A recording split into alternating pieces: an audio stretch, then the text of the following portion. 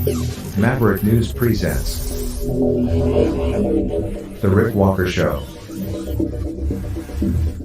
Defrag your mind.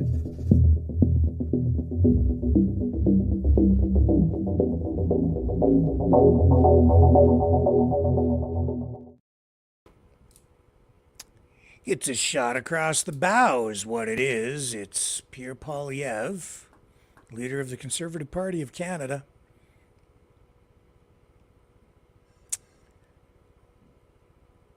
Going after Trudeau.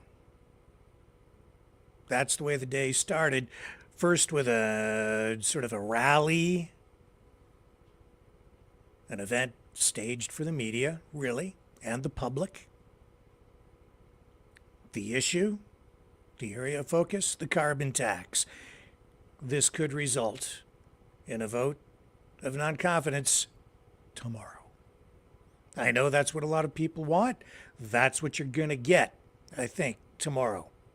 But I'll tell you why you shouldn't hold your breath. But even as you're not supposed to hold your breath, don't get discouraged if things don't work out quite the way you are hoping. I'll tell you why later in the newscast. Also tonight, cyber attacks. They're ramping up all over the world. I'll explain why. What else do we have? Donald Trump in some legal and now financial hot water. They've really been going after him hard. When I say they, I mean his political opponents, the Democrats, using lawfare. They are determined to destroy him. Big protest out in Newfoundland. It looks like someone was trampled or injured by a horse, possibly a broken hip. We'll bring you up to date on that as well. All that and more ahead right here on the Maverick News Channel. Welcome, everyone. Welcome, Maverick family. Welcome, new viewers from all over the world. I will be right back, and we'll dig right into it after this. The information war is raging. Truth without integrity is worth nothing. Maverick News. Because those who have power and those who seek it must be held accountable. The world is watching. Join our family of truth seekers. Donate today and add your voice to the chorus of Maverick Knights. Donate at maverickdonations.com. Truth. Integrity. It's the Maverick way.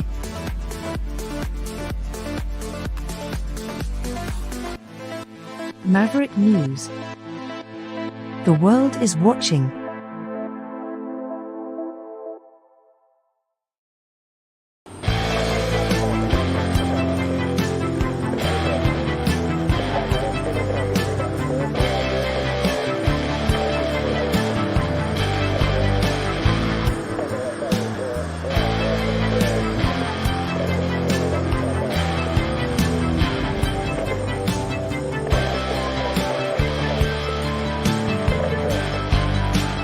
Maverick News.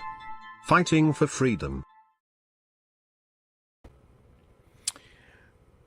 Also, later on, we're going to go to our third and final installment in the Mind Control series of the Maverick Knights graphic video novel that we have been producing here. So I'm sure that everybody is excited about that. We want to know if we get to rescue those rogue knights those rogue Maverick Knights on Planet X. So stick around for that.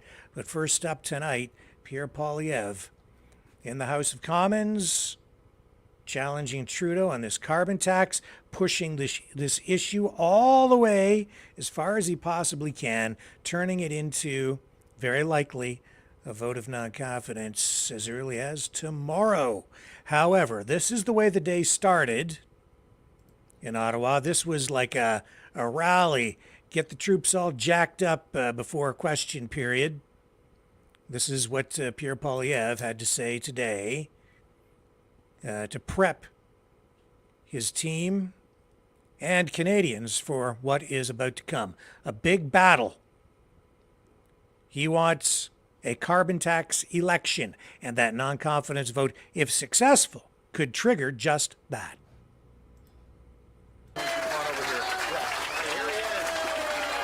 This is Jamil Javani, the conservative who was elected in the riding of Durham, the newest MP in that by-election. All right, let me just pull out of this. I'm going to get past all the French for you, because here we go. Yeah, I know this because I went door knocking with Jamil, and he wouldn't stop. Even when the lights went out, it was very dark outside. He kept pounding on doors, pounding on doors. They said, Jamil, it's 9:45. You've got to stop knocking on doors. He said, just one more. Lights were out on this house. He bangs the door. The lights go on. Babies start screaming. Lady opens the door, and she says, you're in big trouble, sir. I've got triplets that you just woke up, and my husband is a world champion weightlifter. You wait right here. He just wants to come and have a word with you. And Jamil said, that won't be necessary. Just tell him that the local Liberal candidate dropped by to say hello.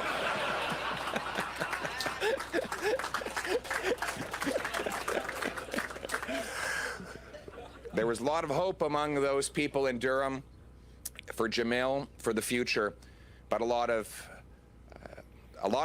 fear and concern about the present.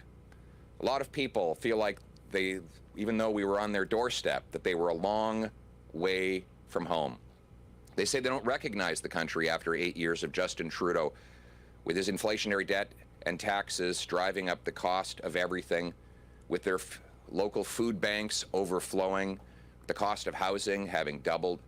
I knocked on the door of one 76-year-old retired trucker, and he, despite being a big, burly, bearded, strong man, was literally in tears. He had just learned that he was losing his home. He had to call his daughter to ask if he could live in her basement. And even with that change, he wasn't sure how he was going to pay for groceries. So what's he supposed to do? He's 76 years old. He cannot drive a truck. His old back won't take it anymore. What's more, it is fundamentally unjust that a man that drove a truck for a half a century, bringing the essentials to our kitchen tables, cannot put food on his kitchen table. But that is the tragic reality after 8 years of Justin Trudeau and the NDP.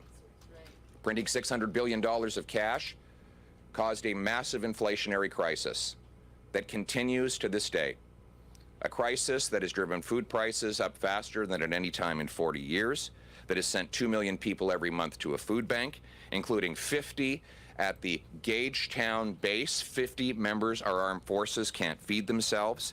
1 in 10 Torontonians are now going to a food bank. Unimaginable numbers. Last week, Montreal police had to be called in because people were literally fighting over the scraps of food that were left at one of their food banks. There's been a 600% increase in demand for the University of Western Ontario's food centre. This at a time when scurvy is making a comeback because our people cannot afford to feed themselves, with Justin Trudeau and the NDP taxing the farmers who produce the food and the truckers who ship the food, and therefore all who buy the food. And then there's housing. After 8 years of Trudeau, housing costs have doubled. The rent has doubled. Mortgage payments and down payments needed to buy the average home have all doubled. This after he put in place an $89 billion program he said would make housing more affordable. He didn't build homes. He built more bureaucracy. Last year, we built fewer homes in Canada than we did in 1972, even though our population has almost doubled in that same time period. And this is not a global phenomenon. He cannot blame the rest of the world for this housing hell. This is a homegrown problem. We know that by looking at the facts. Housing costs have grown 40% faster than incomes under Trudeau. That is the second biggest gap of the almost 40 OECD nations. Vancouver is now the third most overpriced housing market in the world, worse than Singapore, a country that is an island with 2,000 times more people per square kilometer than Canada, more expensive than New York City, London, England, and countless other major centers with more people, less land, and more money. After 8 years of Justin Trudeau, people are spilling over into tent cities. Halifax now has 30 homeless encampments. Halifax, quaint, beautiful, historical Halifax, with homeless people all over the streets. This is a hell we could not have imagined 8 years ago. In fact, of all the warnings we made about Justin Trudeau, that the media decried as partisanship, we never even came close to claiming he would do the things that he has now in reality done. We were far, far too generous towards him in our interpretation of what would happen to this country under 8 years of his socialist NDP policies. And then there's economic growth. We have had the worst economic growth per person in the G7, the worst. In fact, our GDP per person, our income per person in Canada is lower than it was 5 years ago. That has not happened since the Great Depression, to put it into context. And then crime and chaos, drugs and disorder have been unleashed on our streets, with a 100% increase in gang-related homicides, a 100% increase in gun crimes after he targeted the hunting rifles of Grandpa Joe and the sport shooting property of law-abiding sport shooters. He has actually doubled the number of gun crimes. Carjackings up 100%. There's a car stolen every 40 minutes in Toronto. In Toronto alone, cars that are then shipped off to the federally run port, where they're seamlessly put on ships and sent off to the Middle East, to Europe, and Africa, so that terrorists and organized criminals can profit from it.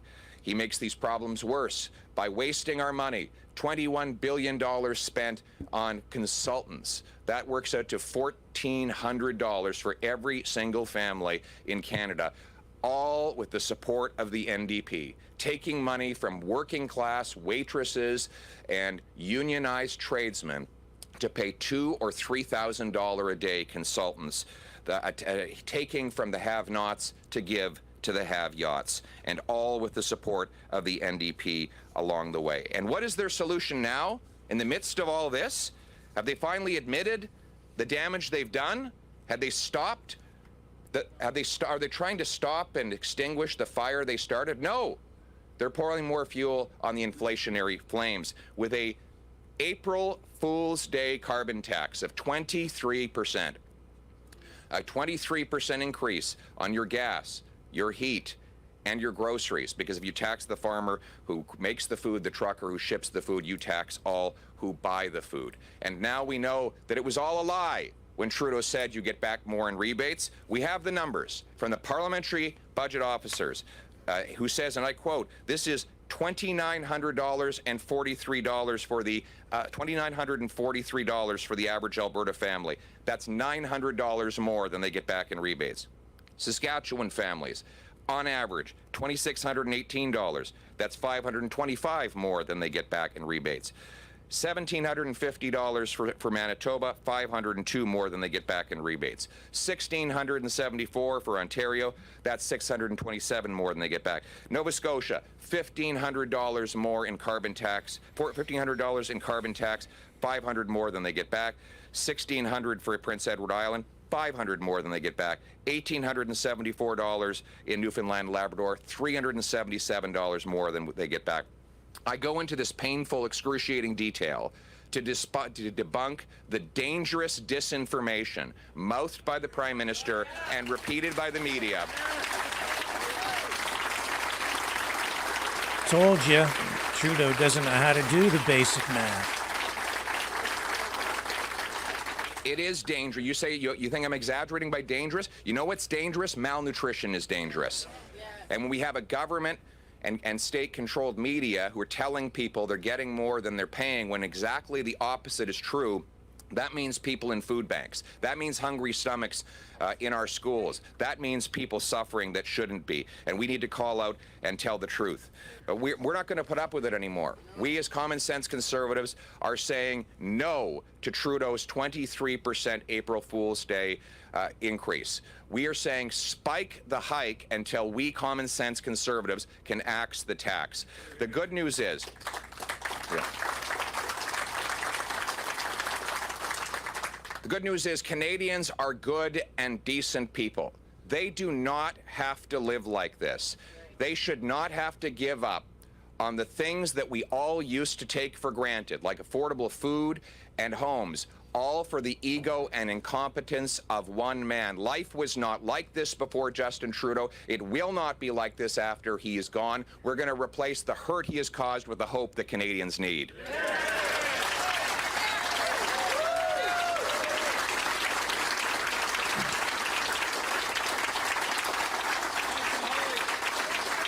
So now, today I'm announcing that I'm giving Trudeau one last chance to spike his hike. One last chance and only one more day. Today I'm announcing that if Trudeau does not declare today an end to his forthcoming tax increases on food, gas, and heat, that we will introduce a motion of non-confidence in the Prime Minister. It will read that the House declare non-confidence in the Prime Minister and his costly government for increasing the carbon tax by 23% on April 1st as part of his plan to quadruple the tax while Canadians cannot afford to eat, heat, and house themselves, and call for the House to be dissolved so Canadians can vote in a carbon tax election.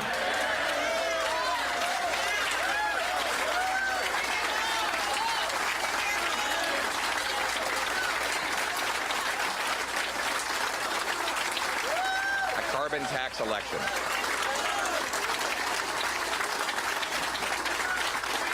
That's going to be the issue. It's about the economy.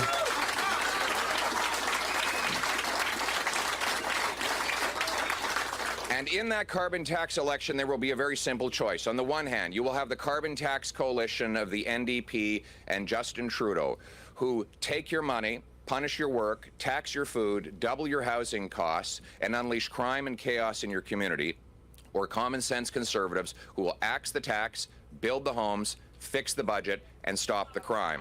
We have a common sense plan that will bring home lower prices by axing the carbon tax and by capping spending and cutting waste to bring down the deficit, inflation, and interest rates. We will eliminate the waste in government, like the $60 million ArriveCan app, like the $1 billion Green Fund that only funds liberal insiders, like the $21 billion, or $1,400 per family, Trudeau is spending on consultants, outside consultants, high-priced consultants that cost you more.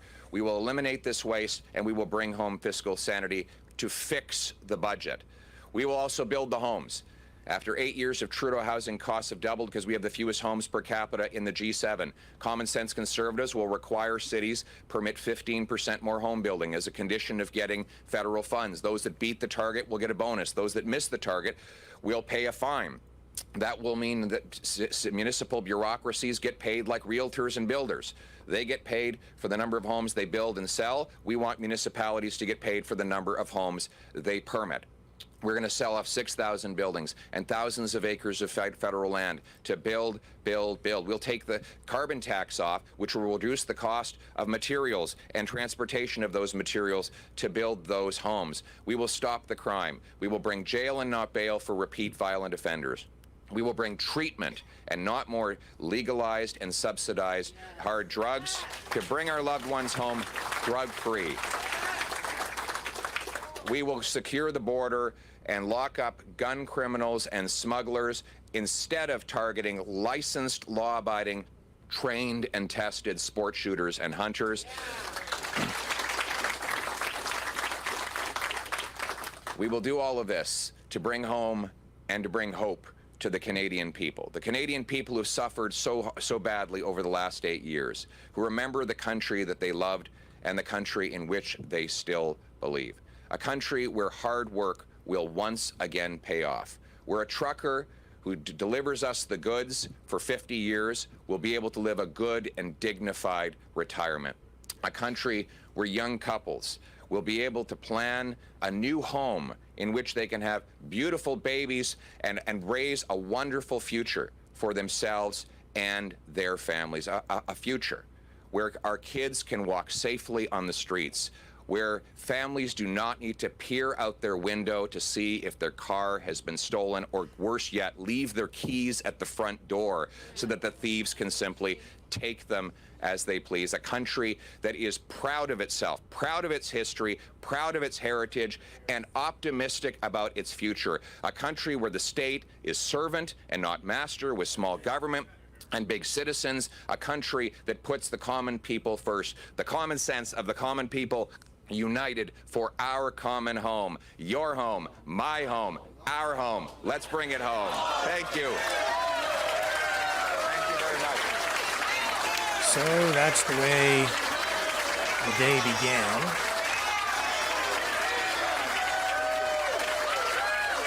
A milestone day. Could be a day to remember for history. It could be the beginning of the end for Justin Trudeau.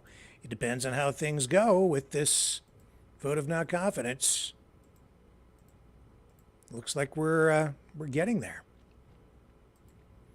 Now, that's the way it started. So, this is about the economy. It's also about the whole climate change issue, the climate agenda, really at the core of it, it is the globalist agenda as well. This coming from Poilievre, if he's really sincere about this, it's an attack, it's an affront, it's a challenge to that globalist agenda.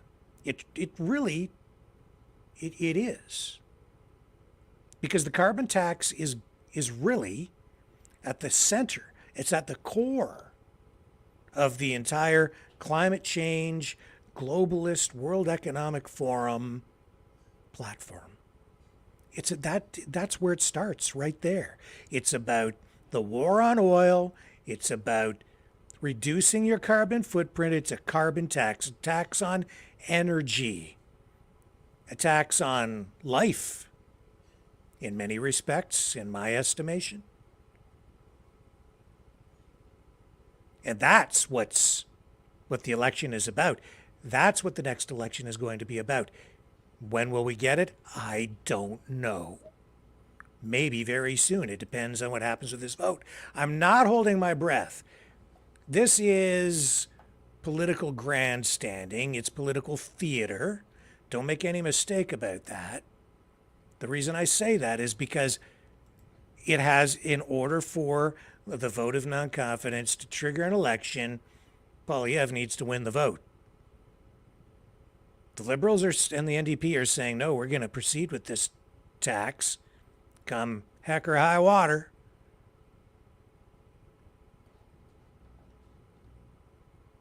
But Poilievre is making this the focal point of his challenge to Trudeau. He knows that the people on the conservative side are opposed to the tax, opposed to this, all the things that I just mentioned. And he knows that the average Canadian as well is not doing well. The inflation is off the charts. He just went through all those issues. The crime, which is related to the deteriorating economy, inflation, people can't afford to live anymore. The cost of rent, mortgages, off the charts. Young people in a place now where they may never be able to afford to buy a house because the cost of buying a house has literally doubled, more than doubled in some cases, in some cities. And the government's not building the houses anywhere near fast enough. Can't get it done. While they bring in more and more people from other countries, immigration at record levels, there's not enough houses for the people we have here. Our healthcare services, education, all of our social safety nets under extreme strain. They're all cracking. Can't get family doctors. Canada's in a rough spot. And yet, when I look at the numbers, Canada, because of previous governments prior to Trudeau, as much as they were somewhat irresponsible with the way they were spending money, compared to countries like the United States, I think that there's at least a glimmer of hope for recovery on the other side if the proper economic policies are put into place and if the government adopts policies dedicated to economic growth instead of degrowth, if the government has faith in the people and adopts a pro-life agenda. When I mean pro-life, I mean exactly what Polyev was talking about there. I'm talking about families, affordable living, a place for everybody to live, however you describe your family, whatever kind of family you have, prosperity. And if people are living prosperous lives, there will be a whole lot less conflict between different groups of people, even within society. If people are doing well, they really don't have as much to complain about, do they? And they certainly don't need to blame somebody for their problems if they don't have very many problems. And there's no reason in this country we shouldn't have incredible prosperity. We have abundance everywhere under our feet, an ocean of oil, water in incredible abundance, more of it than probably any other place on the planet. Lumber, resources, minerals. We are wealthy if only we choose to avail ourselves of the gifts that God has given us. And we should. And as we become prosperous, we can help other people around the world and lift up all those other boats with our rising tide. And why shouldn't we? We absolutely should. I believe in the people. I believe in a prosperous future. And that's the way that the day began. And from there, it progressed to question period, where Polyev took it straight to the Prime Minister right out of the gate during question period.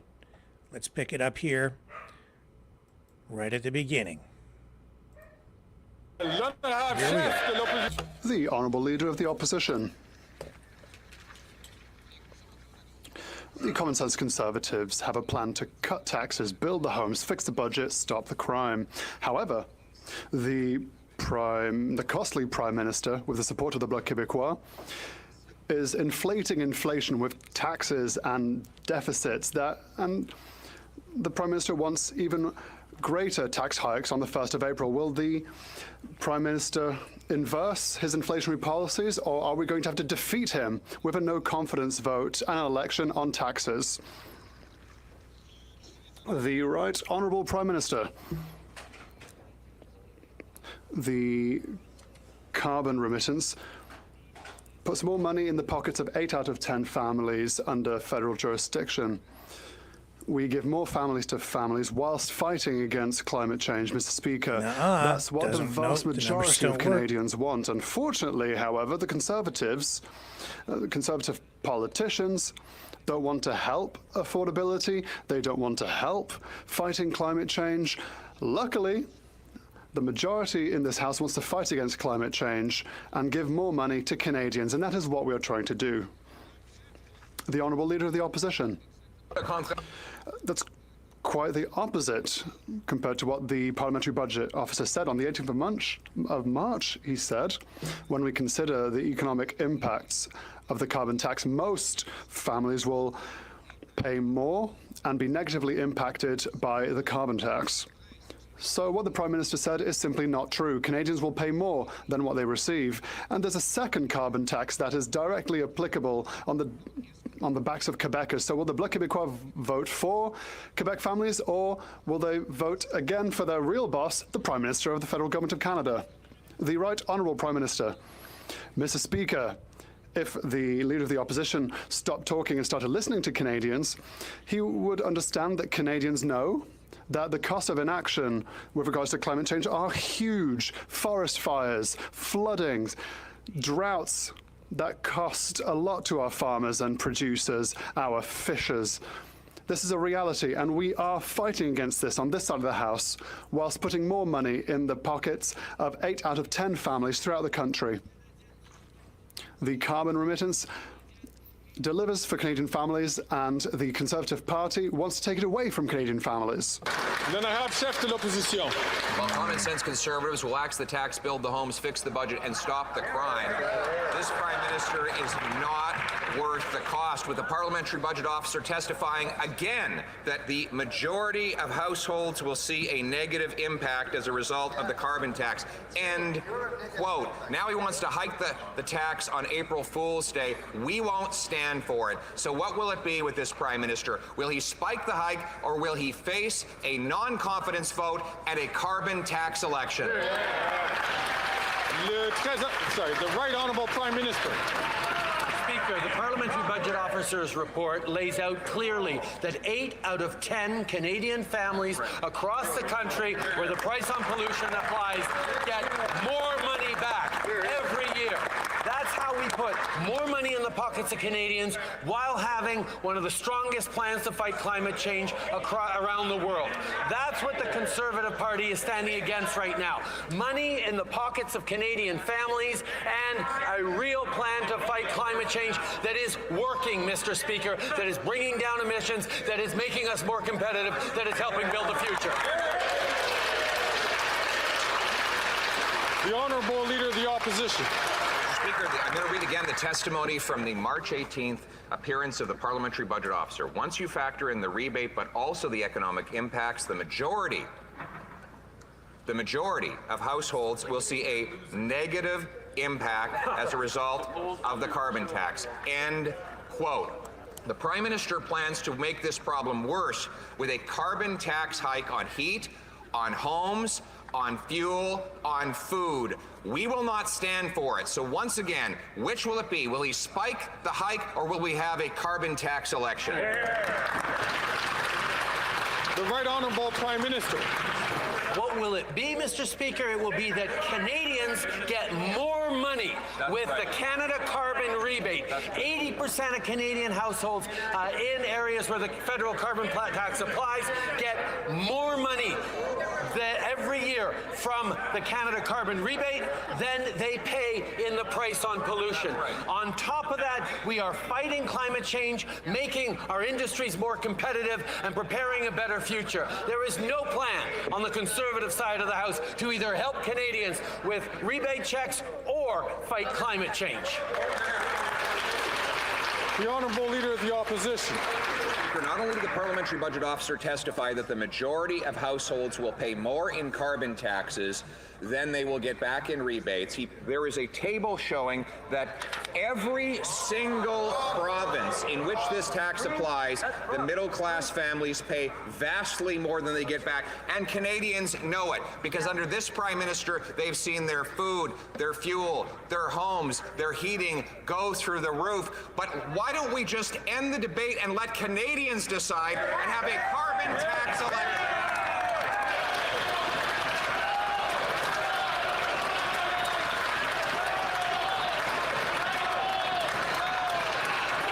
The Right Honourable Prime Minister. Speaker, the Parliamentary Budget Officer clearly spelled out that 8 out of 10 Canadian families in areas where the price on pollution applies get more money back every year than they pay in the price on pollution.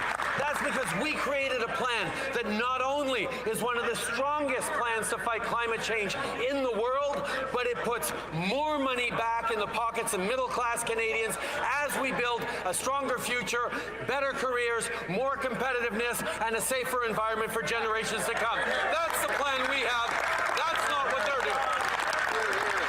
You just quoted the Parliamentary Budget Officer saying exactly the opposite. Trudeau keeps doubling down on the fake numbers. The Honourable Member for Bellay-Chambly. Yesterday, the Prime Minister told a great joke. He said how well he collaborates with the Premier of Quebec. However, the facts show that everyone in the National Assembly of Quebec, except the Liberals, are asking that Quebec have full powers with regards to immigration.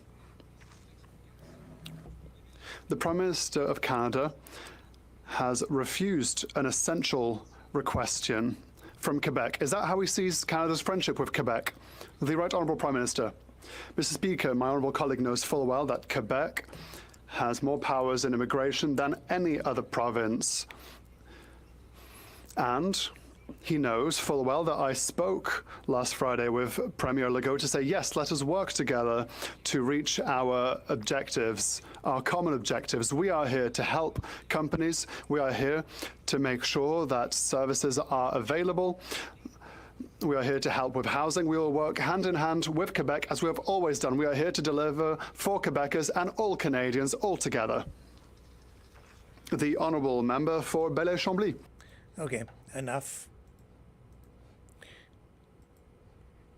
The stage is set. The Liberals, the NDP, they're standing firm on this carbon tax, at least for today. We'll see what happens tomorrow. Now, as I said, don't hold your breath. Poilievre needs to win the vote of non-confidence. Just because they introduced the motion doesn't mean we're going to get an election. They have to win that vote of non-confidence. They have to show that the Prime Minister no longer has the confidence of the House. And if he doesn't, it pretty much guarantees we have an election. He's going to go to the Governor General and say, Governor General, we need to have an election. I've lost the confidence of the sitting members in the House of Commons. But he doesn't have Poilievre doesn't have the numbers. He doesn't have a majority.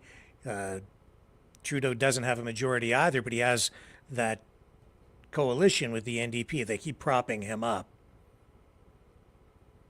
And the carbon tax is something the NDP wants. Don't forget that when you go to the polls. They're pushing this climate change agenda as well, this carbon tax agenda. They're behind it too. But don't get discouraged. This is actually progress. You see, Poilievre is listening. He knows that many of you, a lot of other people across the country have been calling for exactly this, a vote of non-confidence. Remember the petition from Member of Parliament, Conservative Member of Parliament, Michel Ferreri, the one that received more signatures than any other petition in Canadian history, the petition calling for a vote of non-confidence? Well, they're listening. You're about to get it, but we're not going to win. And when I say we, I mean the Canadian people who would like an election. We're not going to win this time, but it will put additional pressure on the government. It will show that Trudeau is losing not just the confidence of the House so much, but the confidence of the people. He was losing the confidence before, but now it's very apparent. That's why he was saying in that radio interview just days ago that he thinks quite often about possibly quitting, but then bounced right back in the interview and said that he's going to stick around for the next election. Not surprising, his ego will keep him there. And it will be a hard-fought battle, that election. Even though he's way down in the polls, I know how those Liberals work. They have some extra cards up their sleeves, collectively. Make no mistake, they'll have something planned. They have a big, giant election machine, a huge war chest. They're powerful. They're organized. They're entrenched. And they're just a lot of people across the country who will just vote Liberal no matter what. Passionate about it, they are. Misguided, perhaps, especially now, given what's going on with the economy. But then, as I say, Canada, in a way, is in a better position than the U.S.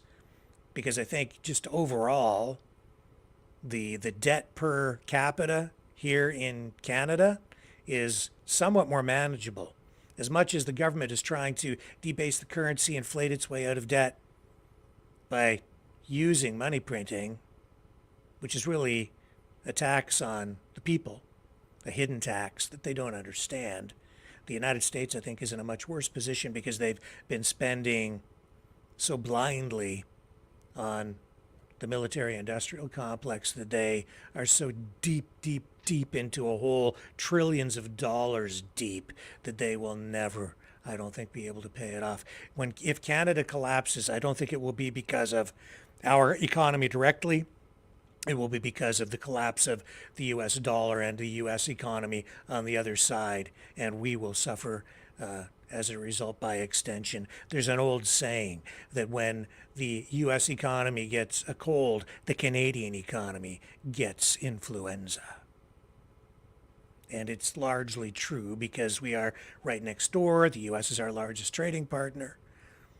And when things don't go well down there, we don't do well here because it affects all of our exports, our manufacturing, every aspect of our economy. And our dollar is tied to their dollar. We manipulate our interest rates to keep our dollar generally a little bit lower than the US dollar so that our commodities, our resources are attractive to US companies, the US economy, US buyers, so that we can continue to export to the U.S. It makes Canada a little bit less wealthy than the United States overall, maybe sometimes a lot less wealthy in terms of standard of living.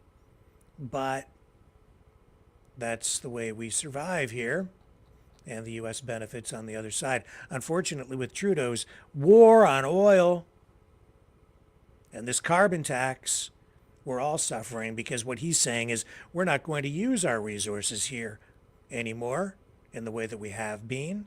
And yet Canada has traditionally, always has been, a resource-based economy. That's what drives the economy here. That's the source of our wealth and prosperity. Without that, we're dead in the water. We don't have much of a manufacturing base left here. And what we do have left is all right now most of it being propped up with government subsidies through public-private partnerships, government tax incentives, and outright grants to a lot of these huge corporations. Just turn that off. Phone's ringing.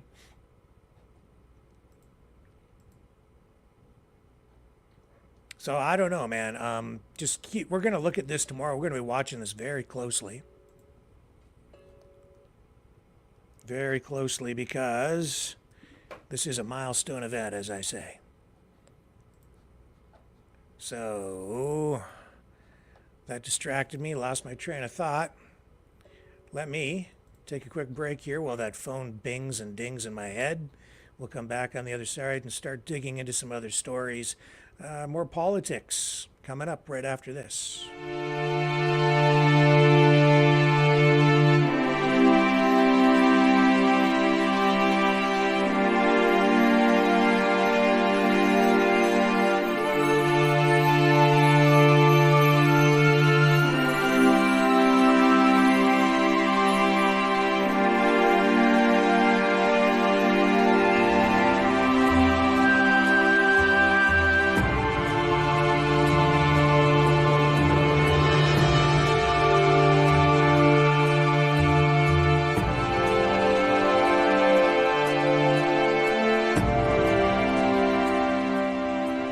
Maverick News. The world is watching.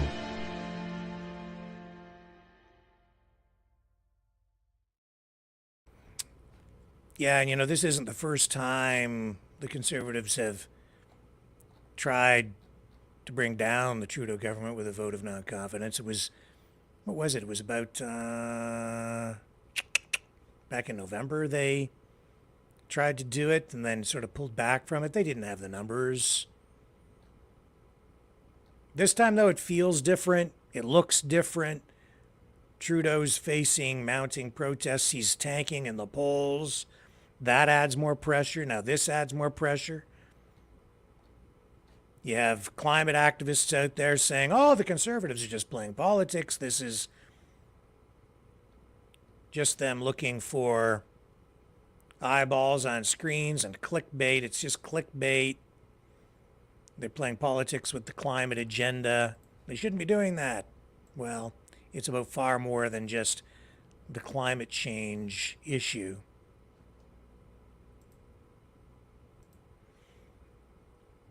Also today, Canada's health minister going after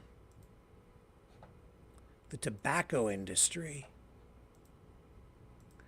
And don't worry, I'm going to get to this big protest out in Newfoundland too. This is a big thing out there. So that's coming up. But yeah, the tobacco industry issue. Mark Holland, the health minister, he says that tobacco companies are marketing nicotine pouches to kids.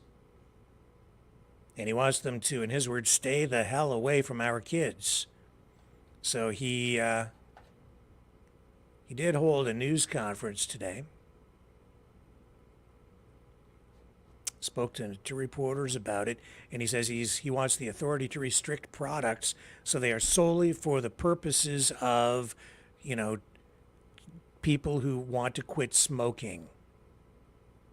And he's against these tobacco companies producing these nicotine pouches with flavors like winter berry splash and others. It's to him a marketing gimmick when, in his view, it should really be a health-related product. But of course, if you're marketing these in such a way and if kids get a hold of them, then they become addicted to the nicotine in the pouches, and then, you know, the argument there is then that leads to nicotine addiction and eventually smoking, which is harmful, obviously. And the tobacco industry responded today, actually. But let me get you a clip from Mark Holland on this issue.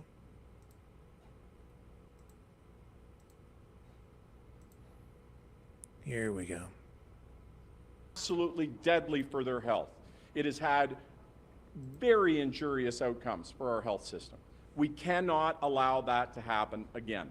And I would say to the tobacco companies that continue to look for ways to use loopholes to addict people to their products, get away. Stay the hell away from our kids. And so there's a few things that we're going to be doing. I have written the provinces and territories to work specifically with them. In the first order to say that when it comes to products, I'm seeking authority to restrict products so that they are solely for the purposes of cessation. We shouldn't be seeing flavors that are targeting kids. Flavors like, you know, winter berry splash or whatever, tropical fruit, whatever that they're putting out there. We all see through it. We know what the intention is, and it's over. It's essential, and I'm seeking these authorities immediately in the conversations I'm having with provinces and territories for all cessation products, that the only flavors that should exist should be for the purposes of promoting cessation. Whatever. Okay. So he is obviously not happy. The tobacco industry, though, sent this guy, Eric Gagnon from Imperial Tobacco Canada, to respond today. Let's bring him up and give him a chance to speak. Here we go.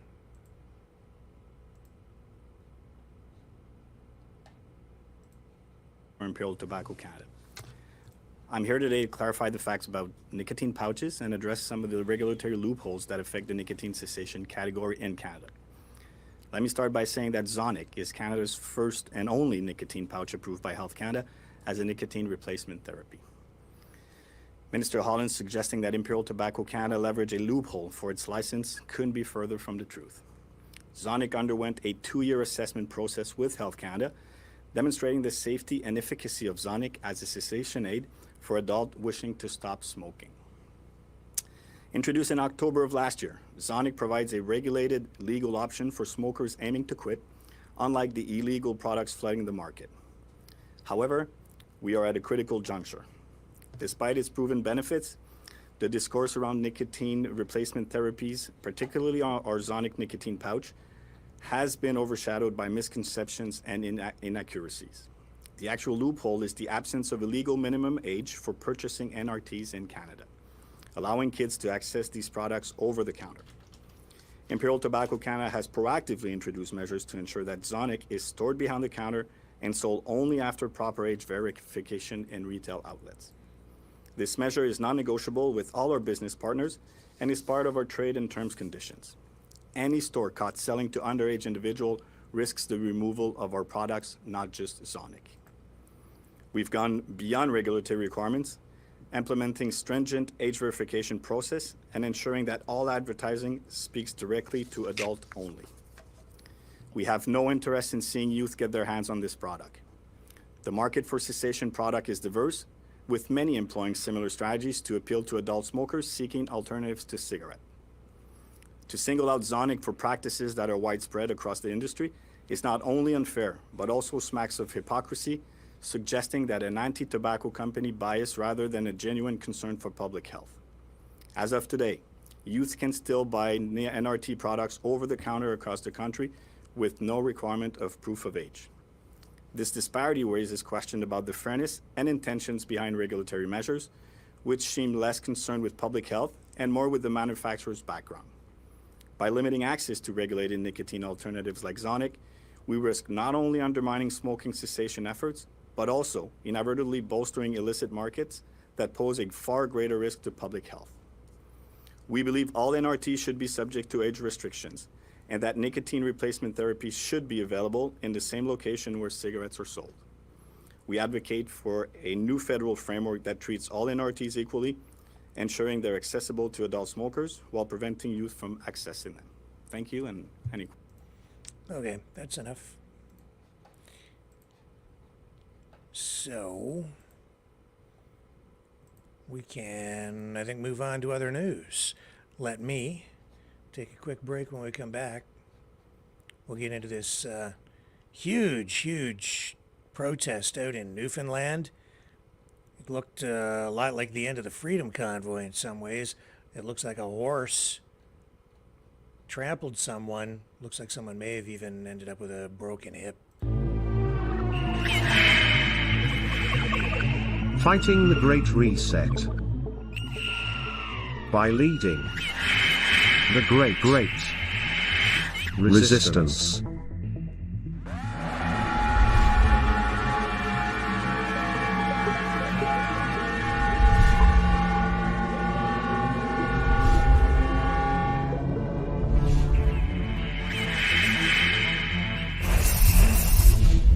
Maverick News. The antivirus programs for your mind.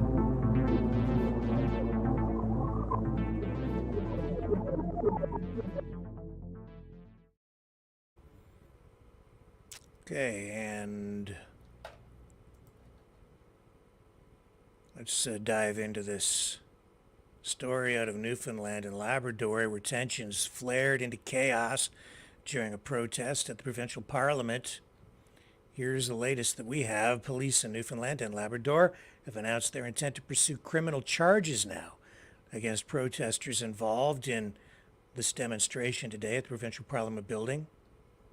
Reports from the Royal Newfoundland Constabulary at the provincial parliament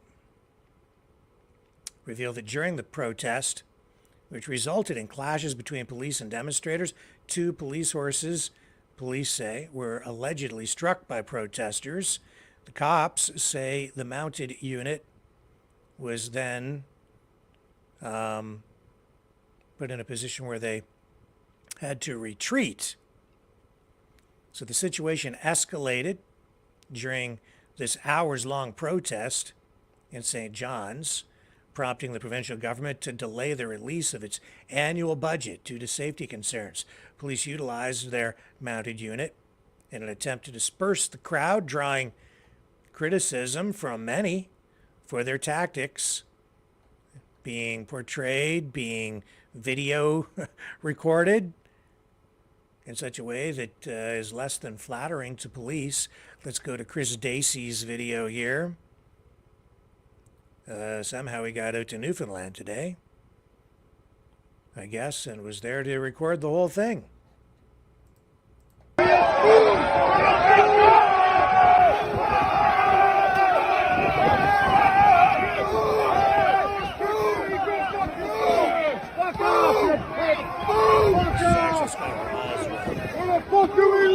And then used by Chris Dacey.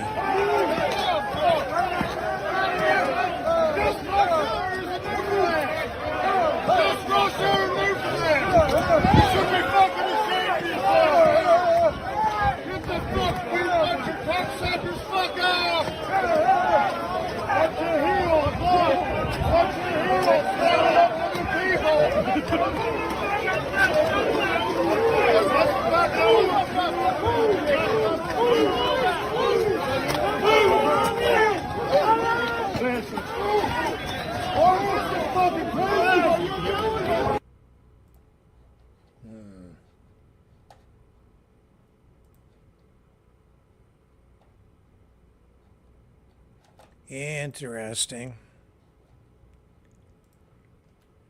I think we've got another angle on some of this stuff. Yeah, let's bring up this here.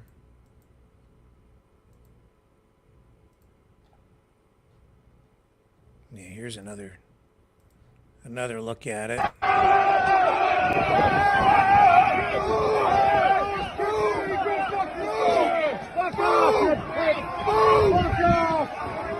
As I say, receiving reports that someone may have had a serious injury, not confirmed, possibly someone with an injured hip, maybe even a broken hip as a result of this crash today.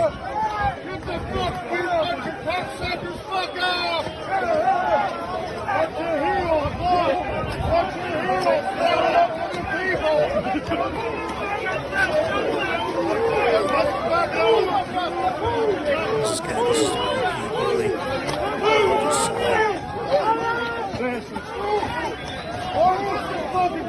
Same stuff.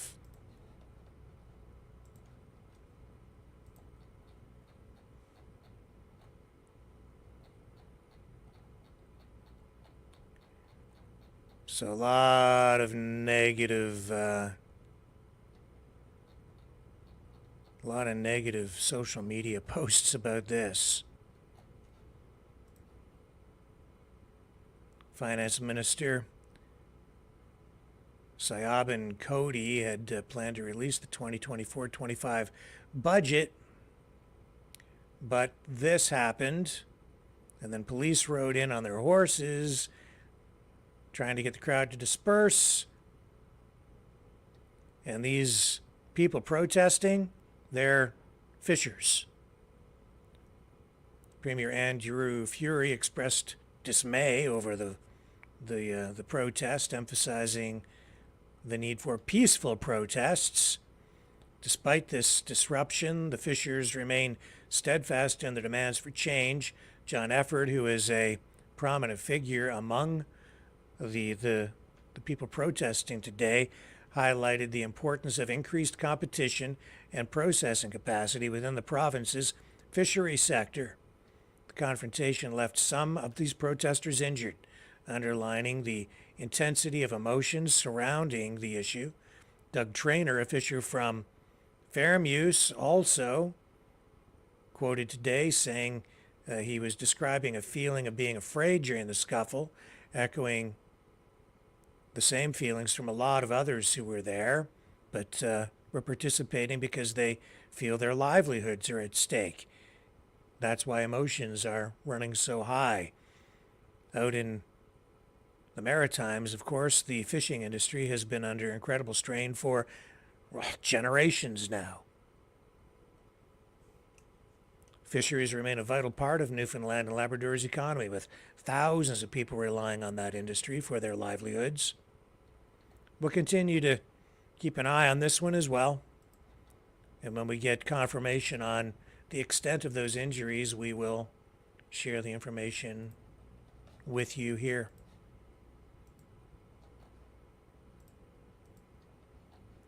Okay. Donald Trump. Let's move on to world news here.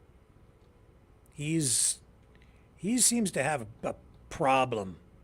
I mean, his problems are mounting now. They've been trying to destroy him. When I say they, I refer to the Democrats and even the rhinos. They don't want him reelected. But more than that, they want him destroyed. We've seen even, well, before I get into the Peter Navarro stuff, let's just recap where he's at. We have attorneys in the New York Attorney General's office writing to the state appeals court dealing with Donald Trump's punishment for business fraud, saying that they should disregard the former president's claims that he cannot raise a bond to cover his massive fine. Letitia James, the Attorney General, is ready to initiate action to seize Trump assets as early as this coming Monday. That, of course, coincides with Trump's deadline, at which time he needs to acquire a $454 million bond demanded to cover the civil fraud judgment during his appeal process. So that's a lot of money to have to come up with. You need to be pretty liquid, even if you have billions of dollars worth of assets. It looks like you might need to liquidate buildings, real estate, in order to raise the funds. And it doesn't look like Trump is having much luck with that at this point, because if you need to do it quickly, you might need to have a fire sale in order to turn those assets into actual cash to pay the fine. So he's asked for things to be delayed. And then he was actually even asking for donations. So it's a what they're doing. This really does smack of Banana Republic type politics, as far as I'm concerned. And this is what you see more of in other countries where they attack their political opponents using methods like this to destroy them with a legal process and kill their finances. The New York Post reported today that friends of Trump saying that he might let Monday's deadline pass and leave it to Letitia James to make her move. And it looks like she could start to seize assets. Might even go after. She could even go after Trump Tower in New York City. It's not limited to the assets that he has in New York, though. They can go after stuff all over the country. And if they seize those assets, then they would sell them. It isn't clear what kind of money they might raise from doing that. Take whatever they can or whatever they need to pay the fine, and then anything left over would go back to Trump. But he could end up losing some of his prized real estate assets. So we'll have to continue to watch that one too. That's the state of politics today in the United States. Trump posting on Truth Social tonight, responding to the current situation. I'll bring this up so you can see his social media post. He says, "This outrageous judgment simply fails to recognize the complete victory last year on the statute of limitations. The crooked judge and biased attorney general disregard the appellate court ruling, which makes clear that most of the claims fall outside the statute of limitations, and none of their absurd arguments change that fact. Biased, crooked, and incompetent Judge Engoron should never have presided over this case, completely ignored the fact that I already won most of this case in the first appeal. Applying the proper statute of limitations wipes out $350 million of the judgment. But they do not care about the law, the facts, or anything but tying up my money and interfering in the election. This case should be over, in caps, all caps. But instead, the Attorney General wants to abuse her power to steal my money.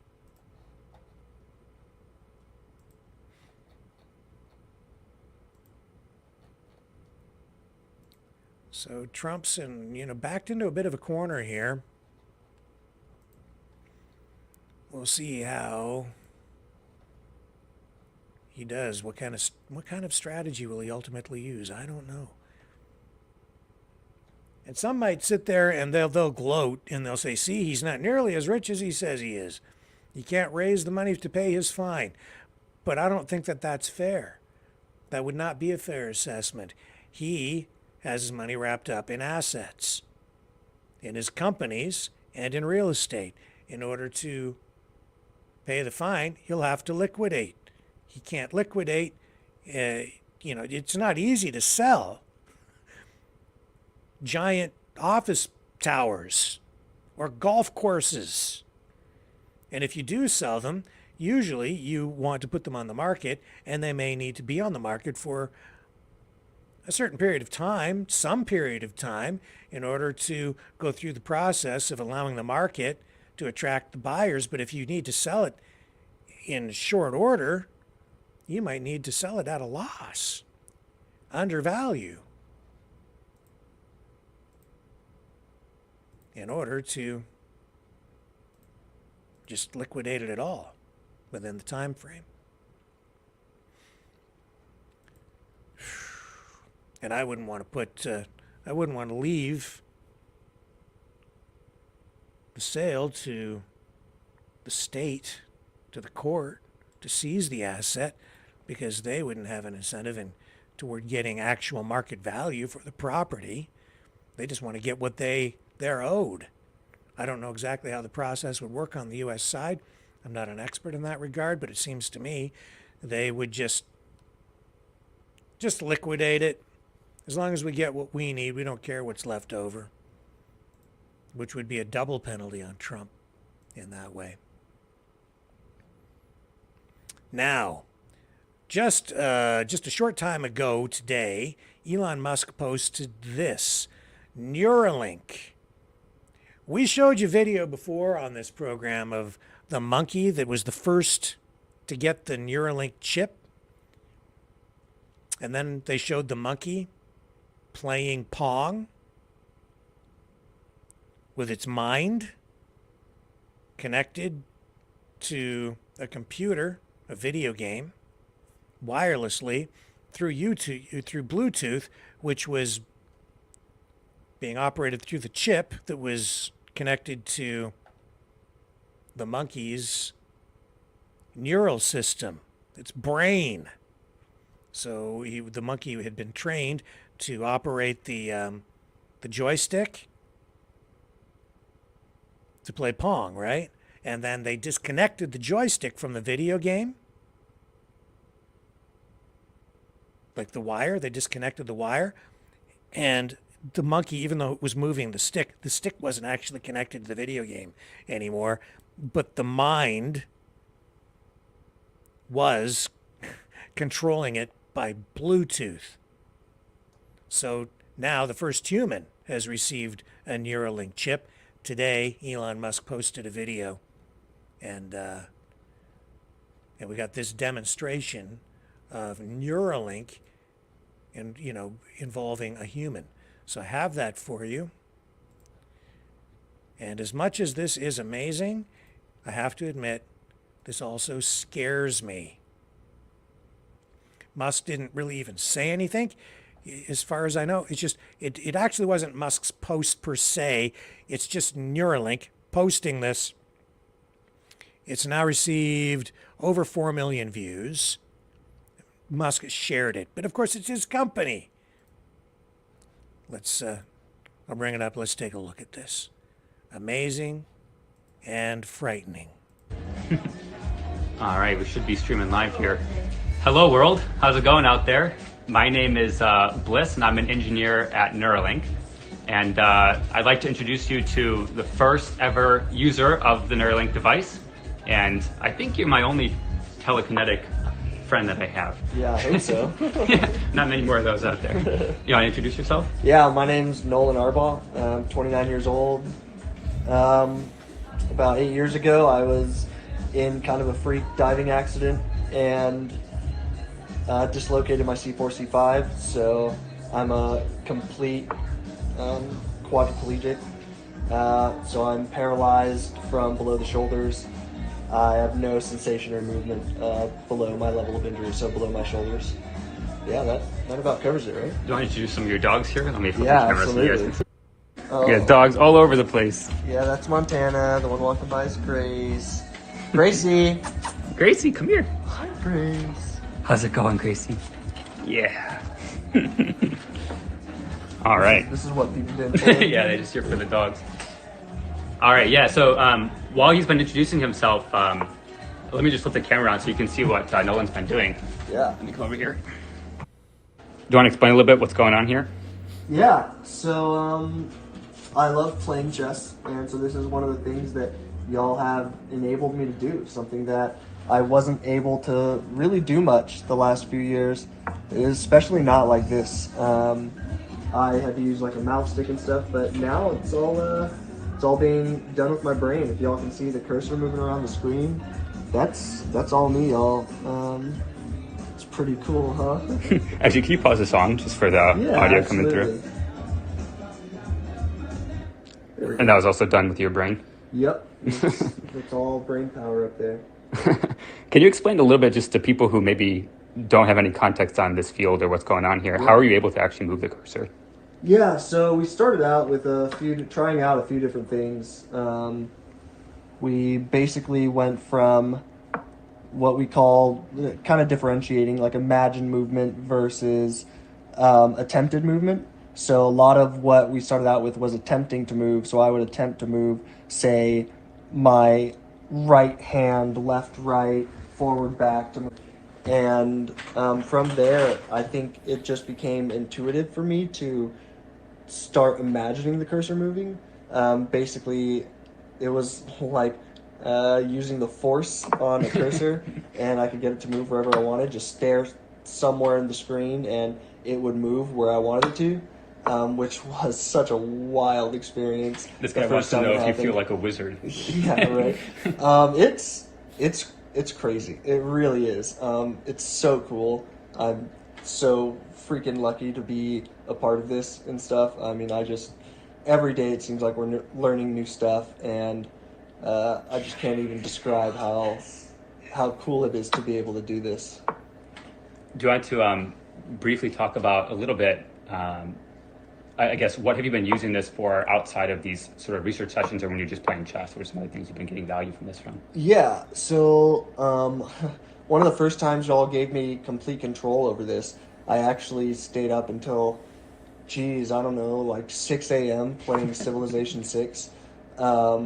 It was worth it, I guess is the best way to put it. It was awesome. I had basically given up on playing that game just because of how, it's a big game, and the amount of time that it takes to sit in on it it's just a lot, and I have to worry about a lot of things, getting pressure sores and things like that. So I just wasn't really able to play it as much as I wanted to, and y'all gave me the ability to do that again, and I played it for like 8 hours that day. So I do that. I It's read like sometimes. 6 p.m. to like 2 a.m. or Yeah, something. It's like, it was a lot. I'm giving you all my bad habits, man. Yeah, I know, right? Yeah, it was awesome. So I did that. I read. I like learning languages. I'm learning like Japanese right now. I'm learning a bit of French. Maybe for the audience who isn't super familiar with assistive technology, why couldn't you play Civ before? What was tricky about that, or what was about the Neuralink that made that possible for you? Yeah, so one of the big things, honestly, was that I think I just got checkmated. The only way I could play it was through pad, and that didn't allow me to play online at all, so that kind of sucked to begin with. But I Would you play that like at 2 a.m. before, or what was the Oh restriction no, there there? was no way. There was no way for me to do that. Because when I'm sitting up playing on, say, like my iPad or something, I need complete help from, say, my like parents or something to do it, and I just didn't have that capability to like keep them up all night. That's just not something I would ever want to do. So basically, I would have to go down when everyone went to bed in my house, my brother, my parents, something like that. And then on top of that, I can only play for a few hours at a time because, I have to worry about pressure sores and stuff. I have to be readjusted. I have to do weight shifts, things like that. Just things that come with being a quadriplegic and stuff. So it just wasn't really feasible for me to like say play a full game or anything. And now I can literally just lie in bed and play to my heart's content. Honestly, the biggest restriction at this point was like having to wait for the wait for the implant to charge once I used all of it. So play for 8 hours, have to get off and let it charge for a while, and then hopefully be able to play some more. But it's been awesome. It's been so cool, and I'm kicking ass too. So In this it's chess nice. game too. It's Yeah, well, I don't know if I'm gonna win this chess game, but we'll see. And then maybe just one final question. Your mom was showing me a bunch of pictures of you in different Halloween costumes over the years. It's something that you go nuts on. So now that you have like actual, force control over stuff, I guess that opens up the possibility space there a bit. What are you thinking to dress up as this year? I mean, something my friends and I have been wanting to do for a while. I think I'm going to be Professor X. I think that's pretty fitting. Not only because he's in a wheelchair, and I think that just obviously fits perfectly, but now I'm actually a telekinetic, basically. Yeah, and so it's gonna be cool. It's gonna be real cool. My friends and I are really excited. You're gonna about freak it. people out when you say trick or treat. I know, right? Okay, I think that's it for today. Anything else you want to add before signing off? We got more work to do. A lot to learn about the brain here. Yeah, I mean, it's not perfect. I would say that we have run into some issues. I don't want people to think that it is like this is the end of the journey. There's still a lot of work to be done, but it has already changed my life, and I think that people who are thinking about, saying, applying for the human trials or are thinking about, finding some way to help out with this, to do your part. And that's the reason I got into it, was because I just wanted to help. I wanted to be a part of something that I feel like is going to change the world. I think like there's nothing to be afraid of with that. The surgery was super easy. I literally was released from the hospital a day later. I have no like cognitive impairments. Well, I guess none that were caused by the surgery. I beat you in chess like once, so Yeah, I do have a pretty good record in chess right now. As far as just like, yeah, but yeah, I just think that it's really awesome, and I want to thank Neuralink for doing this, for working hard every day to make this, a reality. I think that they are going to change the world. So thanks, guys, and I'm looking forward to releasing some of this on. Yeah, so I guess we're going to end here, but yeah, we're going to plan to release more in the coming days. So if you want to stay in touch with what's going on here and hear more from Nolan and his work, just follow along here on Twitter. Thank you, everyone. Yeah. See y'all later. Bye. That is amazing and scary, and it is going to change the world. It's already changed the world.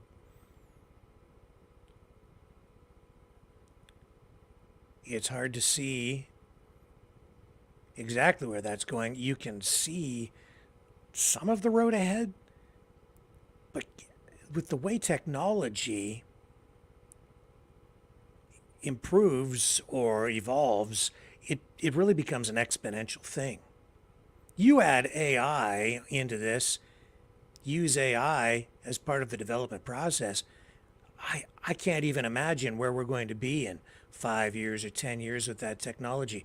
And then, of course, it's inevitable. This is technology. If it continues to expand in adoption,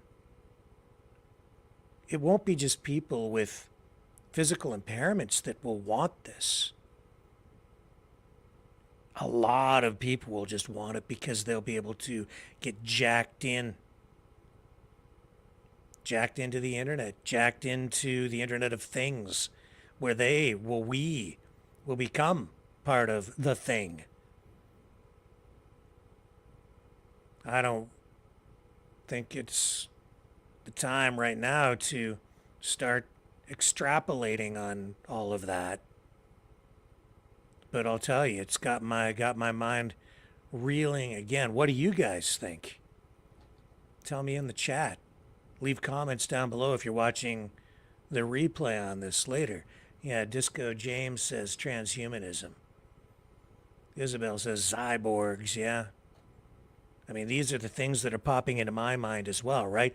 What are the ethical issues surrounding these kinds of technologies? Neuralink. It's hard to believe it's actually happening, but there it is. This is like Star Trek level science fiction that's becoming science reality today. There will ultimately, I think, be pressure on people to get this kind of chip implanted because it will give people certain advantages over other humans. The ability to jack right into the internet without relying on a phone or a computer as your interface. It'll be your brain. It'll turn your brain into a computer. But you know, human beings are more than just a machine. Your brain isn't just a computer made of meat. There's more to it. But if you're competing for a job and somebody else is chipped and they can jack into the net, you know, they might even have machinery or computer systems that require eventually people to have some sort of a chip or a device where you can jack straight in, even wirelessly, in order to operate certain pieces of machinery or to compute data fast enough in order to make your employer happy. And if you're not chipped, they'll say, thank you, but we'll move on to the next candidate. In order to be employed, you might need it. And people would say, well, you have a choice. You don't have to get chipped unless you want the job. All kinds of ethical issues coming up. And yet at the same time, look at this guy. He's happy. He now has new abilities, renewed abilities that he didn't have before, that he lost. Now he's able to do things that he hasn't been able to do in years with his mind. And that's a positive thing, no doubt about it. They're talking about maybe being able to cure blindness with this. Wouldn't that be a great thing for a lot of people? So much to think about, though. So much to think about. What else do we have for you tonight? I know that this one's a hot button issue. The Quebec newspaper La Presse has pulled a cartoon that depicted Israeli Prime Minister Benjamin Netanyahu as a vampire from the film Nosferatu. Critics came out. They were on fire over this one. They said that the caricature was anti-Semitic. So this image was published online. It portrayed Netanyahu with pointed ears and long, sharp fingers. It was, in fact, I think maybe even an image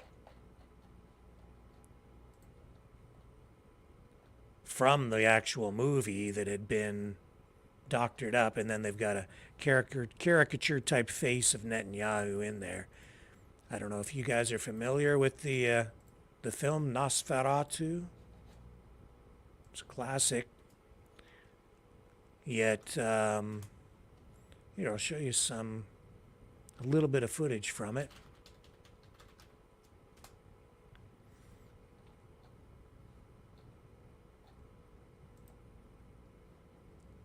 Some people say that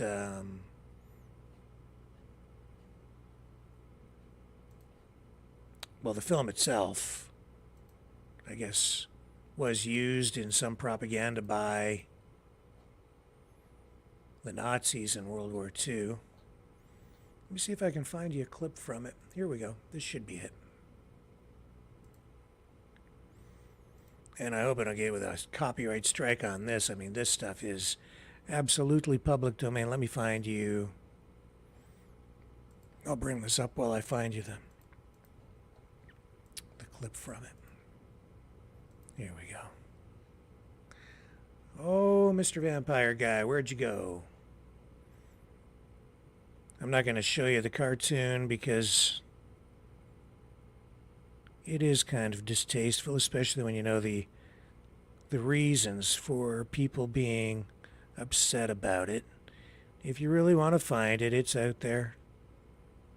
You can go find it elsewhere. Where's Nosferatu? Come on. There's a vampire movie without a vampire in it. Come on. Where are you?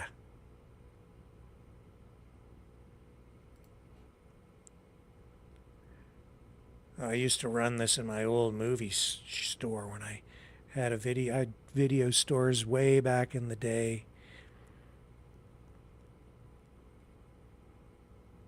It'll just be easier if I just bring up a picture of Nosferatu for you than trying to find it in the film.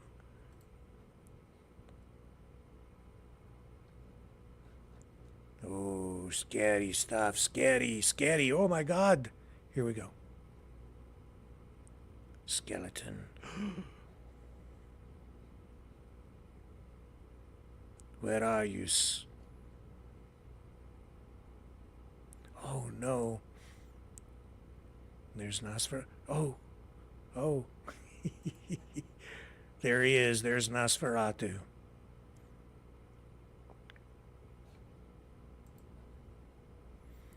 Oh, he wants the blood. He wants the blood. I must drink your blood.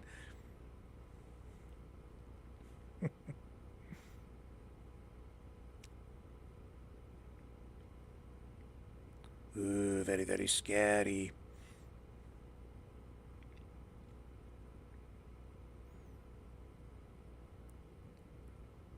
Okay, enough. Well, here, I'll get you a close-up right his face again. So you can see what Nosferatu looks like. There he is.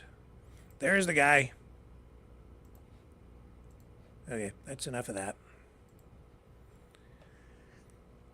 It's public domain, but YouTube loves to give us copyright strikes, so we don't want to go too far.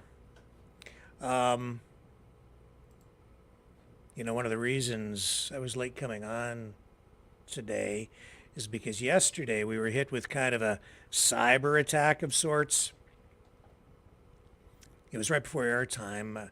It froze up all the computers. I had to effect some pretty quick repairs in order to get the program on last night, and today I had to run complete scans and everything, and I've got everything back in working order, but it just shows how vulnerable computer systems are. And we're also seeing reports from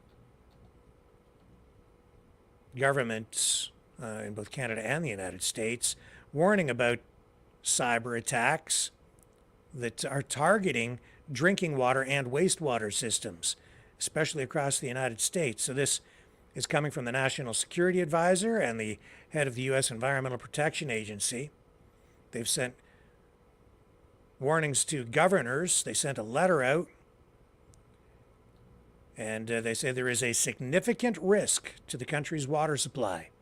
Keep this in mind. You know, when I was a kid, I remember my teachers talking about population reduction, these ideas of, you know, at some point governments or foreign or domestic, will be seeking to reduce populations. It's, even science fiction-y type stuff, right? But I remember people saying back when I was a kid, even some of the teachers I have, saying that when it comes down to that, they'll go after the water supply. And indeed, we are seeing that there have been cyber attacks now on our water treatment plants. This according to security officials. So they're saying that these attacks have the potential to disrupt the critical lifeline of clean and safe drinking water. And they're also resulting in big costs to both the U.S. and Canadian economies. In fact, what we're seeing is an escalation in cyber warfare all the way across the board. We saw during the Russian election, the Russian government coming out saying that their election systems, their voting systems online had been targeted by cyber hackers. They were blaming NATO, the United States, for those attacks. Now here on the North American side, we're seeing these warnings about water and wastewater systems. The governments here are saying, accusing China, Russia, and India for these cyber attacks. It really isn't that new. Sometimes it's difficult to know exactly where they come from. We've had, even here in this area where I live, all around this whole jurisdiction, this whole part of the country, hospitals were targeted by hackers. They took down the systems, the computer systems, affecting patient records, the way the hospitals operate. They were basically holding everything hostage, the whole system hostage, for quite some time, demanding payment. Ransomware type strategy. They've slowly been able to get it back online, but it actually was disruptive to surgeries. It resulted in people missing a lot of appointments and surgeries. It affected healthcare here. Not exactly sure where those attacks came from, but these most recent attacks on the water and wastewater infrastructure being blamed directly on Russia and China. Take that for what it's worth. In Canada, Justin Trudeau at odds with the government in India. India, of course, also part of the BRICS nations.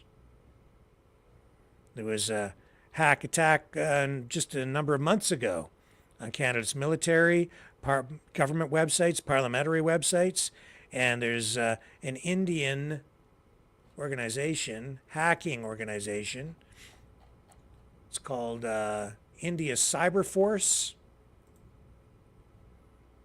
They claimed responsibility or credit for it at the time. I was checking out their social media posts, and this is becoming, a serious area of concern. It's going to affect our daily lives if this escalates, potentially in a pretty negative way. So this was,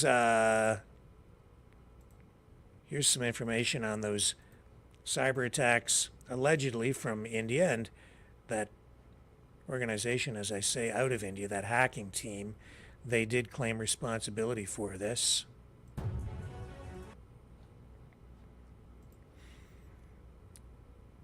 And it's getting international attention. Canadian military, parliamentary sites have been targeted, and I think it's pretty safe to say this is certainly not over.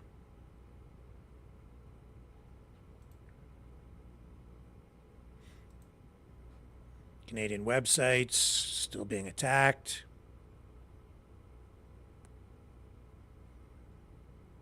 Military, House of Commons, all of them allegedly attacked. Canadian Air Force website been taken down.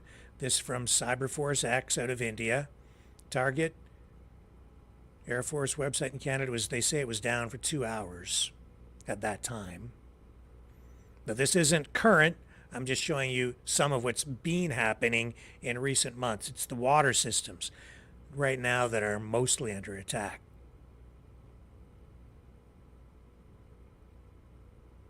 There's another website that they claimed they'd been able to take down for an hour. The government's saying that they were fairly successful in mitigating this. And the Indian Cyber Force saying they're not against the people. They're going after these government websites, saying we have no hate for Canada or its people. Canada government made allegations against India without valid reference. We were all against Khalistani terrorists. These are, I think, statements coming from the Indian government itself.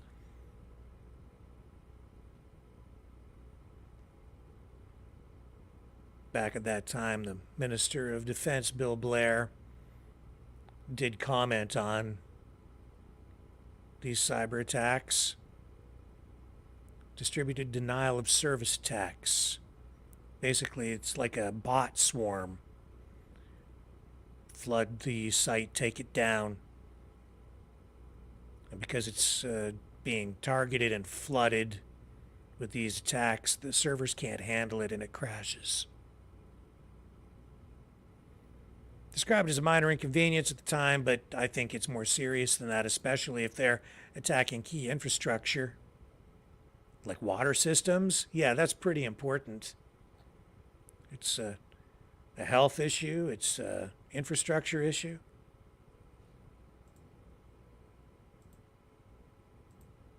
And it is expensive.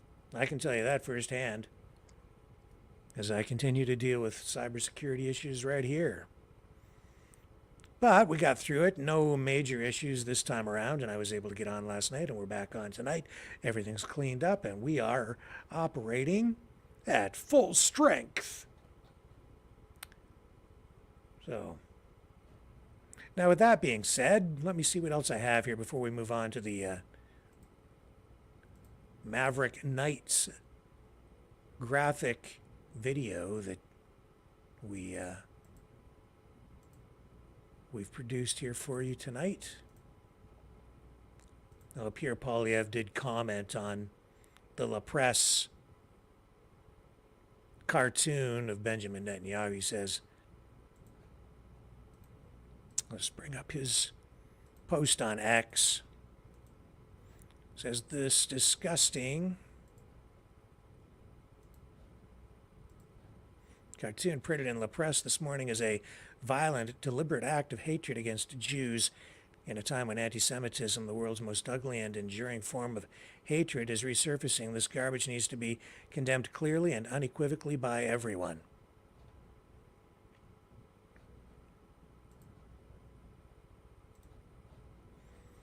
So that's where he stands on that. Now, that gets us to a place where I'm going to take a brief break, and then when we come back, I'm going to share with you the latest episode of Maverick Knights. Feel the vibrations.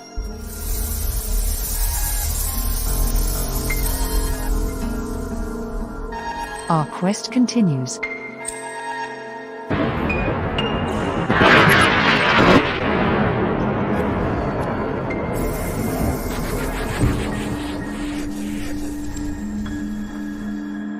The truth is out there.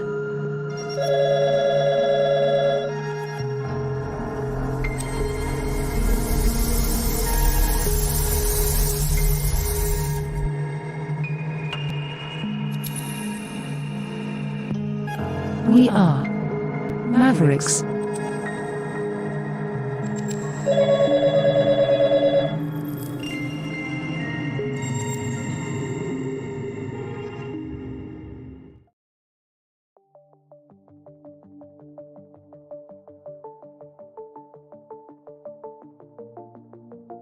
Greetings, brave Mavericks.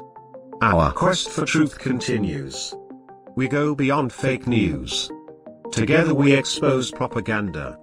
Together we pull others out of rabbit holes. We are maverick thinkers. We are all unique individuals, defenders of individual rights and freedoms, credible, trusted, grounded in reality.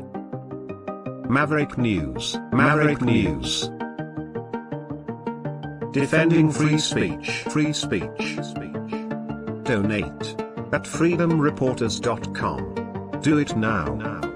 Tomorrow may be too late. Maverick News. The world is watching.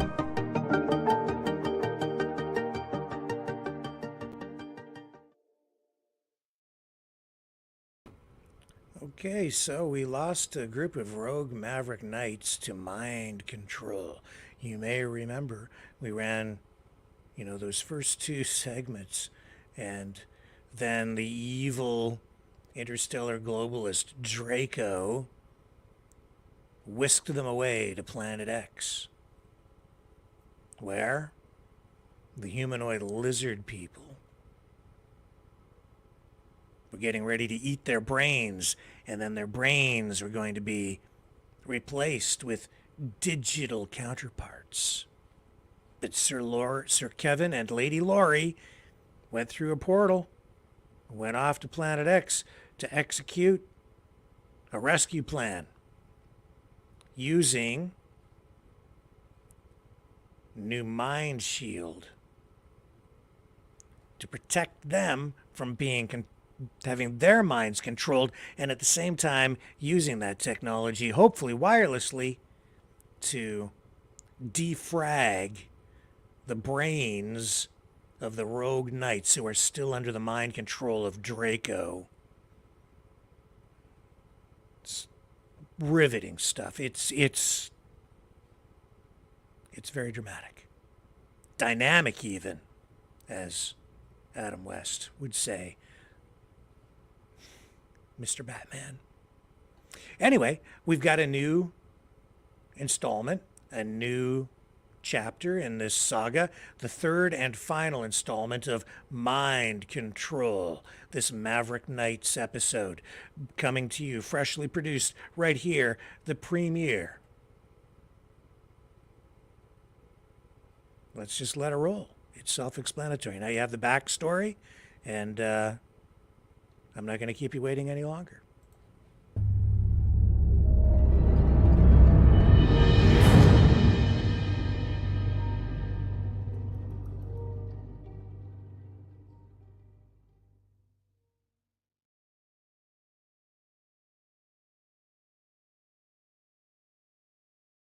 The plan to rescue the rogue Maverick Knights from Planet X was only partially successful. Sir Kevin and Lady Laurie returned to Earth, determined to come up with a Plan B to free the minds of the Maverick Knights still in the clutches of evil interstellar globalist Draco, the Lizard King humanoid, who remains equally determined to turn the rogue Knights evil. As Lady Laurie and Sir Kevin return to Earth, they find themselves reflecting on their failed mission to rescue the mind-controlled group of rogue knights from the interstellar globalist Draco. Despite their cyber armor protection against the ruling humanoid lizards on Planet X, their plan to use electro-mind technology to defragment the rogue knights' brains wirelessly was unsuccessful. Disappointed but determined, Laurie and Kevin begin strategizing their next move. They know that time is of the essence, as Draco's scientists are likely to proceed with their plan to feed the rogue knights' brains to the lizard humanoids and replace them with digital minds. Back on Earth, Laurie and Kevin reach out to their trusted allies within the Maverick Knights organization. They convene a meeting to discuss alternative approaches to rescue the rogue knights and thwart Draco's sinister agenda. During the meeting, they learn that the rogue knights possess unique abilities that could potentially aid in their own rescue. These abilities, however, are currently suppressed under the mind control imposed by Draco. Recognizing this as a potential advantage, Laurie and Kevin devise a plan to infiltrate Draco's headquarters and disable the mind control devices. Equipped with upgraded cyber armor and armed with advanced weapons, Laurie and Kevin embark on their second mission. They navigate the treacherous terrain of Planet X, evading the lizard humanoids and strategically neutralizing any threats that come their way. Upon reaching Draco's headquarters, they encounter formidable resistance from the highly advanced security systems. However, their cyber armor proves to be resilient, protecting them from the attacks as they make their way deeper into the facility. As they reach the heart of the headquarters, they locate the control room where the mind control devices are housed. With their new electro-mind device, Lori and Kevin work swiftly to disable the devices, freeing the rogue knights from Draco's control. However, several of the knights remain trapped by Draco's mind control technology. With the mind control devices deactivated, the rogue knights regain control of their own minds and join forces with Lori and Kevin.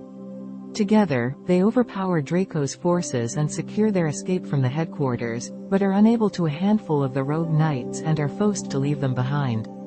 As they return to Earth, the Maverick Knights celebrate their partial victory, knowing that they have successfully rescued at least some of the rogue knights and prevented Draco's plan to replace their minds with digital counterparts.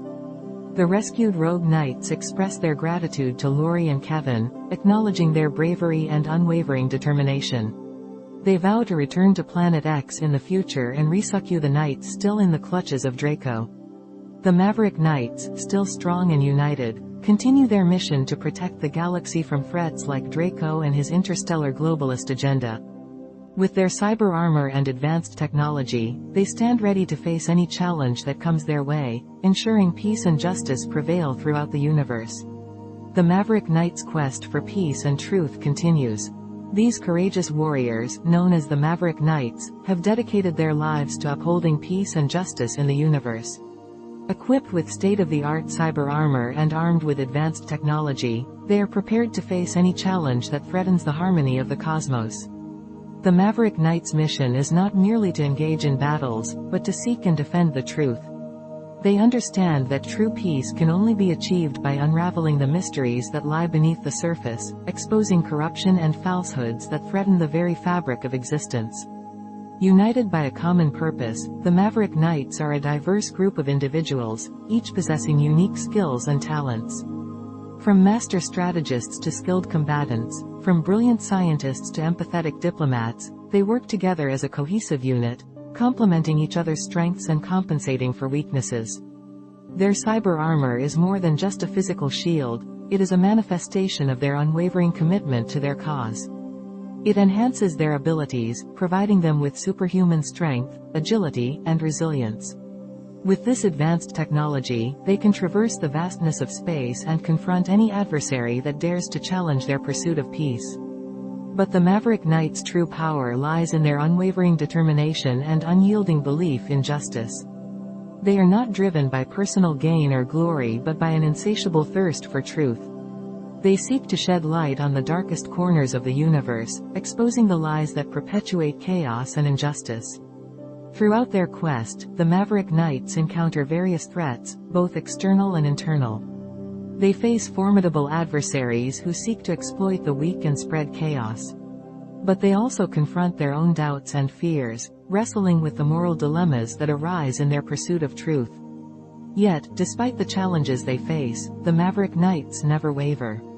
Bound by an unbreakable code of honor and integrity, they remain steadfast in their mission. Their resolve is unyielding, their spirit unbreakable. And so, the Maverick Knights continue their quest for peace and truth, their cyber armor gleaming in the darkness of the universe. With each battle fought and each mystery unraveled, they inch closer to their ultimate goal, a universe where peace and justice prevail, and the truth shines brightly for all to see.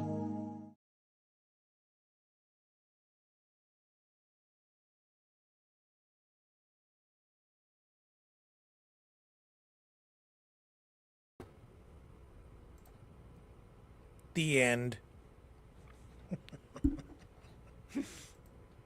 I think that's fun.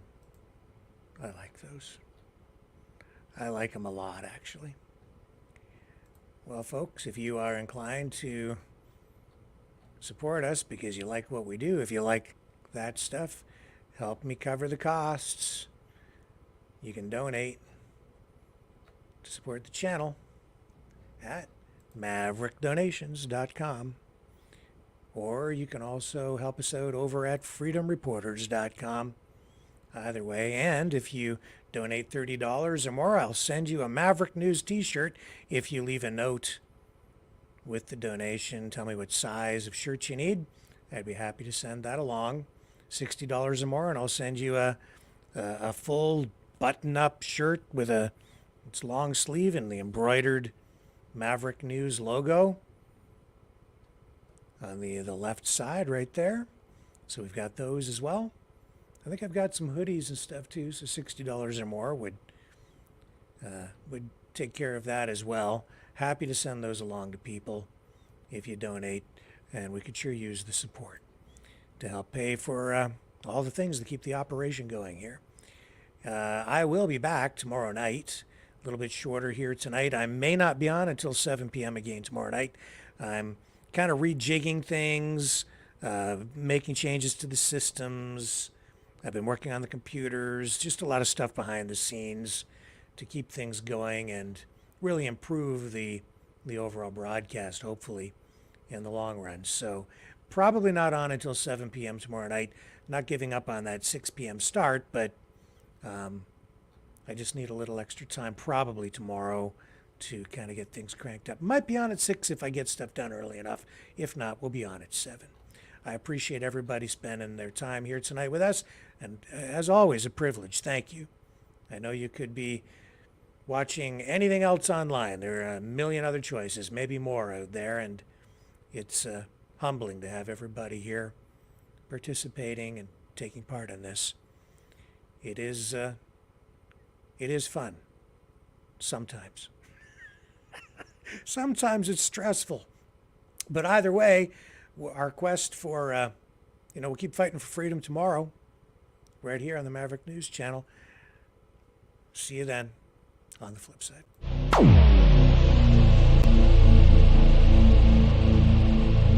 This has been a Maverick Multimedia production.